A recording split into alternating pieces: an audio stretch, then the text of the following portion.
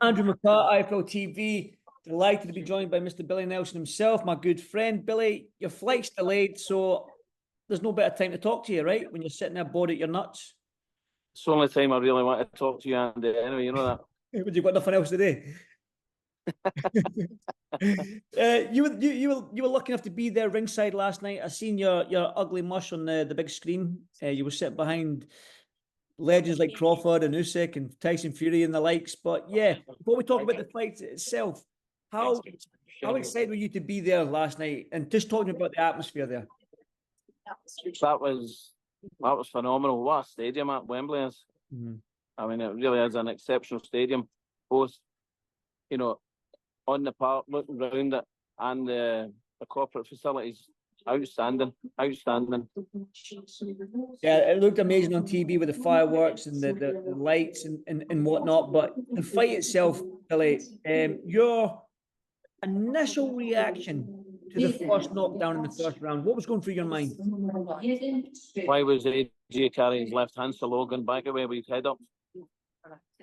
And that's, again, I suppose you're going to answer the same answer for the knockout was the same. His left hand was. Well, I mean, Anthony Joshua has changed the whole landscape of British boxing over the time since he won the Olympics. For the better. I mean, he's done phenomenal for British boxing. But I've never seen his defence of dire as last night. His legs disobeyed him just for it. One shot. That first shot in the first round was still affecting him in the fifth round, as well as the other knockdowns. But I mean, showed good character to get up, but that was a bad knockdown at the end. That was a bad knockdown. You know yourself, you've got a heavyweight in Mark Bakole. You know it only takes one punch from these big guys. Anyone on any day can knock anyone out, these big guys. So, but Andy, it wasn't just one punch. He was getting hit with the same punch over and over and over again. You need, not just the boxer, but your team have to pick up on that, and rectify it. Even if you're telling them to change tactics, you can't just go in with plan A. You've got to have plan A, B, and C. You know what I mean? I'd have told him at the end of the first round, because he was still shaky coming out. Stop your toes, box behind the jab, and get the legs back underneath you again. I think he got dropped was it round 3 at the very end, and came out like a raging bull in round 4 and got dropped straight away.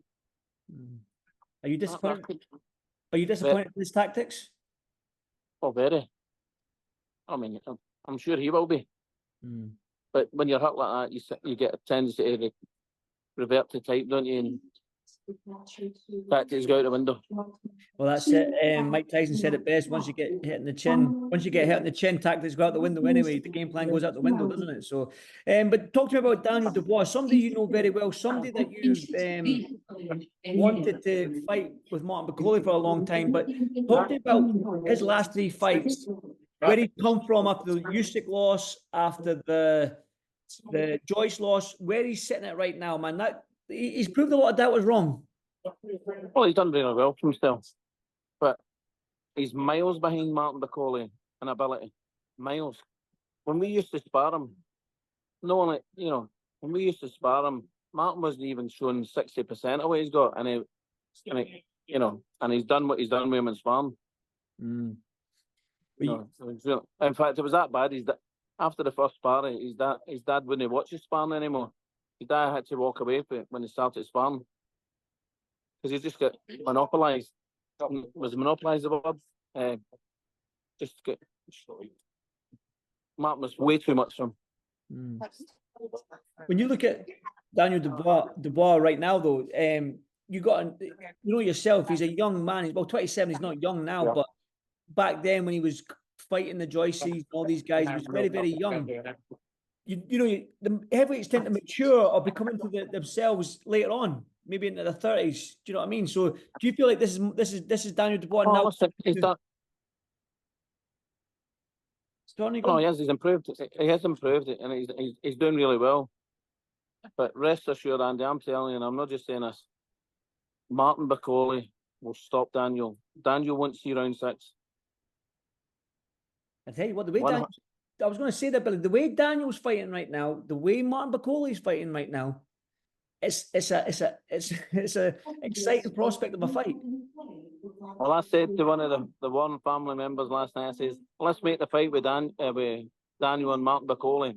No chance was the word. No chance. No, why not? Because I know it will happen.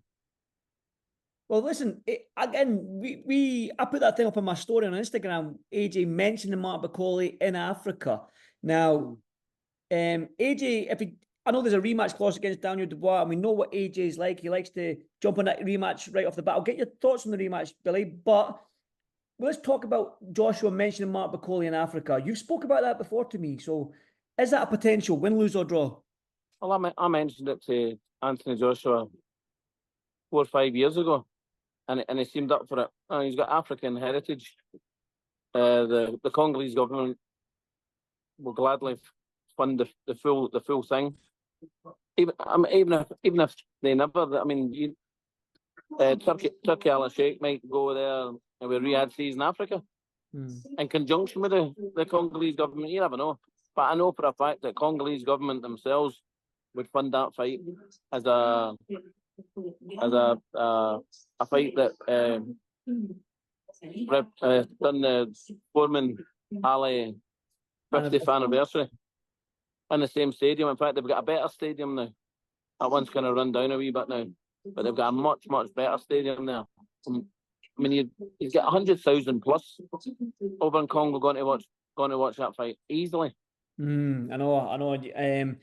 Again, for Martin as well, he's sitting quite comfortably right now. Where about 2 years ago, he was in that position where who needed him, but it seems like now the way he's fighting, the position he's in the rankings, that he doesn't. The fights are there for him now. Do you know what I mean? It seemed like 2 years ago, or maybe even a year ago, it was always the case of him trying to chase everybody, but now he seems to be quite comfortably. Well, we're number 1, number 3, 3 and 5, I think, in the rankings. No, 4 and 5, 1, 3, 4 and 5. But after that fight last night, we'll now be number 2 in the IBF because Ajit Kabayal will go from 4 to 1 because there's 1 and 2 were vacant, and Martin will go for 42. So the fight with Kabayal would be a good fight at Christmas. I'd like that fight. It's been mentioned. And when we beat Kabayal, we're then number 1 in the IBF and 1 in the WBA. So you can't be avoided after that. Well, like I said, I touched on that a little bit there. Eddie Hearn mentioned the rematch, the clause, and AJ mentioned that he's going to fight on. He's not going to retire. We know AJ's makeup, that when he does get a loss, he does exercise the rematch clause. Andrew Ruiz, Usyk. Do you expect AJ to activate that rematch clause? And what do you expect to happen in the rematch?